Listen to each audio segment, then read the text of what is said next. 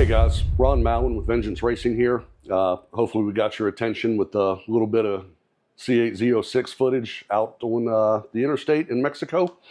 I wanted to preface this video and kind of give you guys an idea of what we're trying to accomplish. As with anything Vengeance Racing does, we like complete and total transparency. And we also like to sell performance modifications that work. That said, we reached out to Nick at American Racing a few months ago to develop a set of 4-in-1 stainless headers for the Z06. We've done quite a bit of testing with various cold air inductions, ported throttle bodies, high flow catalytic converters, and things of that nature.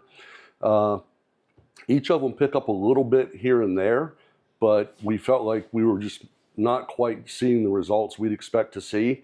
And even though the C8Z does come from the factory with a tubular header, we know the guys at American Racing could likely improve upon that. So the car just got here this morning. Nick from American Racing Headers brought it down personally.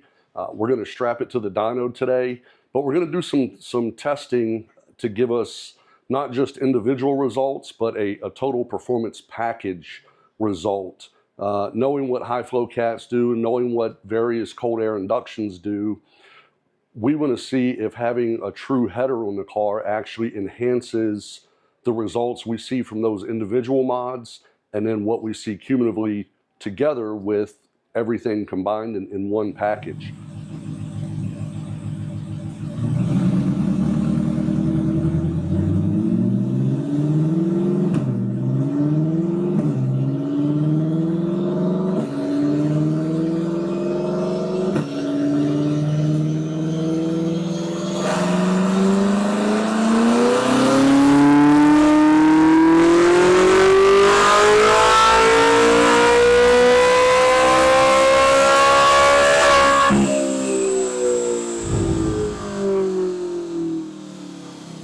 All right, guys, we've made a couple of pulls with the American Racing headers installed on the car. You take a look at the graph, peak numbers did not change significantly. My car baselined at 582 and 420, and with the headers alone, we're at 585 and 430. So we did pick up 10 foot-pounds in the curve, but a couple of things I do want to point out that I'm really impressed with so far is if you look at the smoothness of the graph with the green line being the header system, notice how it's extremely smooth and what you would typically see from a dyno jet. The red is what not only we, but pretty much every shop in the country that's had an opportunity to work on a C8 Z06, that's indicative of the graph that we see from these cars in stock form. It's kind of edgy, up and down a little. You can just tell that something's just not 100% happy. That being said, it does look like the headers cost us maybe 15 or 20, right around the 4,200 to 4,500 mark. But we picked up significantly up in the meat of the power, right at about 5,700. If we put a cursor on that, we are up about 40 foot-pounds and 42 horsepower over stock. And then even at 7,000, we're up 14 horsepower. And at 7,800-ish, we're up about 12 or 13 peak. So there's a lot to be said there aside from the total number that so many people like to pay attention to. They're like, oh, my car makes 590. Well, both of these cars are within 3 horsepower peak, but there are significant differences under the curve. So now that we've established the baseline, we've got the headers installed and tested, we're going to move to the JLT cold air and see what it picks up in conjunction with the headers, and we'll be right back.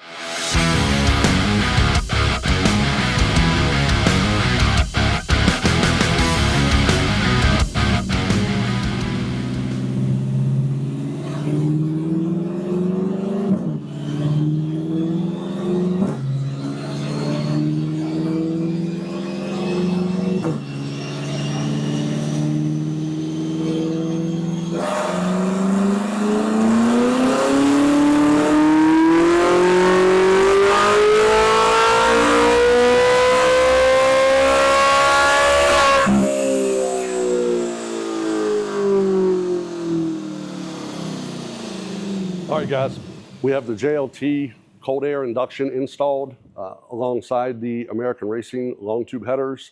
We again are still utilizing the stock OEM GM catalytic converters.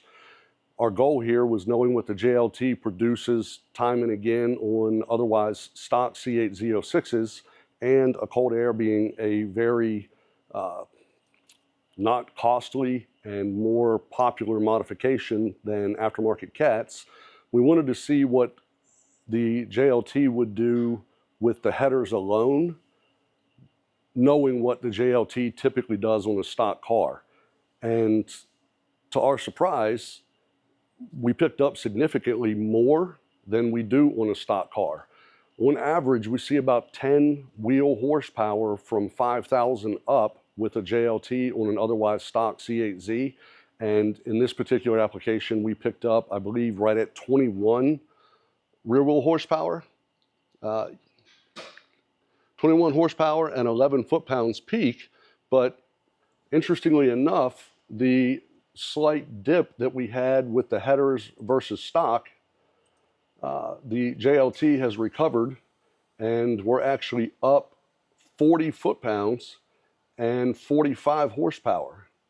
But then if we go up to the 7500, we are from the previous 564 peak up to 591, and from 395 torque to 414.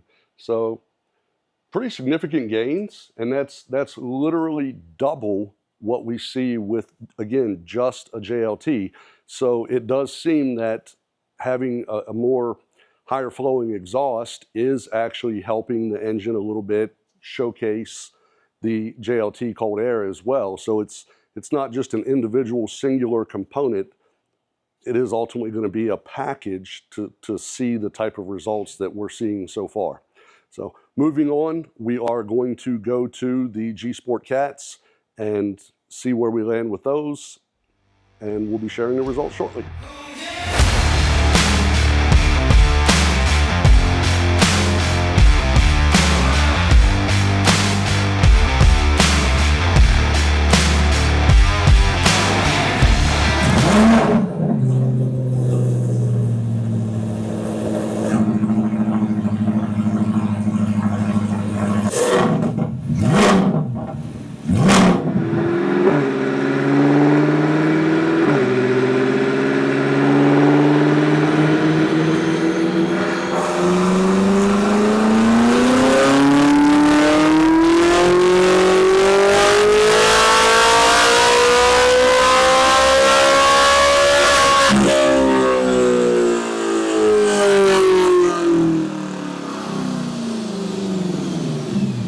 Okay guys, we got our G Sport high flow catalytic converters installed and tested, and in similar form to the headers, we didn't see a tremendous gain overall, peak numbers, but we did see a very solid gain and an improvement across the board. GM's obviously done an extremely good job on this high RPM naturally aspirated engine, but we're still finding power as we go through it. So again, JLT cold air induction, American Racing 4-in-1 stainless stepped long tube headers, and G Sport high flow catalytic converters. Picked up right at 6 peak horsepower and 5 foot-pounds of torque. But we did pick up solid with the red graph being with all 3 modifications. We did pick up all the way through the RPM range. And again, down here at that 42 to 4,700 RPM area, we've got gains of upward of 25, 30 horsepower and torque to the tires. So I will say the converters are probably my favorite mod so far with the headers. The sound of this car at this point is just pure insanity. It sounds great in stock form, but with these new headers and these high flow cats coupled to them, it changed the tone. It's much more aggressive, still very enjoyable to listen to, but it definitely has some more bark to go with the bite at this point. We are going to follow up as we we're talking today through testing that we need to also incorporate some ported throttle bodies. So we're going to order up a pair from Solar Performance, and we will be testing those as well. We'll baseline the Z06 when they get here to confirm that the numbers we achieved today are in fact the same at that point, and then we'll do an A/B swap on the throttle bodies on the dyno and add that. I do expect to see another 4, maybe 5 horsepower peak. It might surprise us, just like the JLT did with working with the other modifications.